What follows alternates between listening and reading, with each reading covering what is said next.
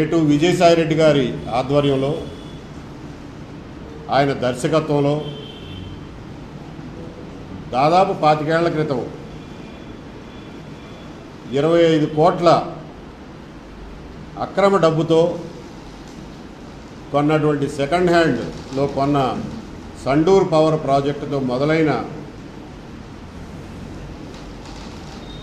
జగన్మోహన్ రెడ్డి గారి అక్రమ ఆర్థిక సామ్రాజ్యం ఈ రోజున లక్షల కోట్ల విలువకు చేరింది.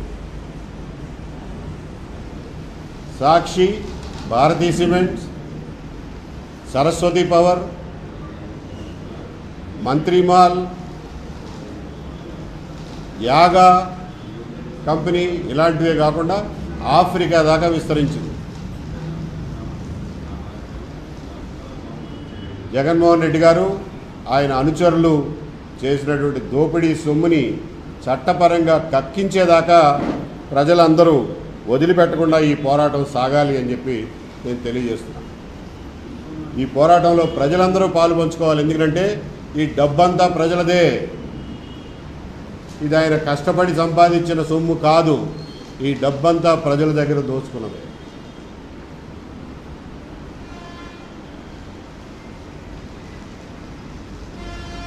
ఆయన మొదలుపెట్టినటువంటి సెకండ్ హ్యాండ్ సండూర్ కంపెనీ 25 కోట్లతో మొదలు పెడితే దాంట్లో 2004-2005 సంవత్సరం వచ్చేసరికి దాదాపు 700 కోట్ల రూపాయలు అందులోకి విదేశాల నుంచి అనుమానాస్పదమైనటువంటి వ్యక్తుల నుంచి, అకౌంట్ల నుంచి, కంపెనీల నుంచి 700 కోట్ల రూపాయలు తీసుకొచ్చారు.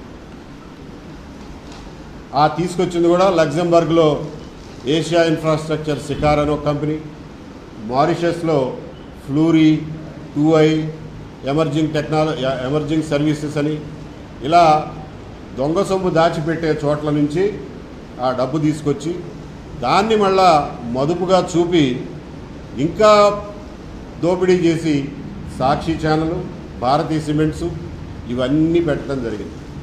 ఇవన్నీ సిబిఐ ఇన్వెస్టిగేషన్లో ఆల్రెడీ ప్రజల ముందు ఉన్నవే. నేను కొత్తగా చెప్పేది ఏం కాదు. కానీ వీటిలో కొన్నిటిలో విచారణ సక్రమంగా జరిగింది, కొన్నిటిలో మధ్యలోనే ఏ కారణాల చేత నాకు తెలియని ఆగిపోయింది. వాటన్నిటినీ తిరిగి తవ్వి తీయాల్సినటువంటి అవసరం ఉంది. వాటన్నిటినీ ఒక లాజికల్ కంక్లూజన్కి తీసుకెళ్లాల్సినటువంటి అవసరం కూడా ఉంది.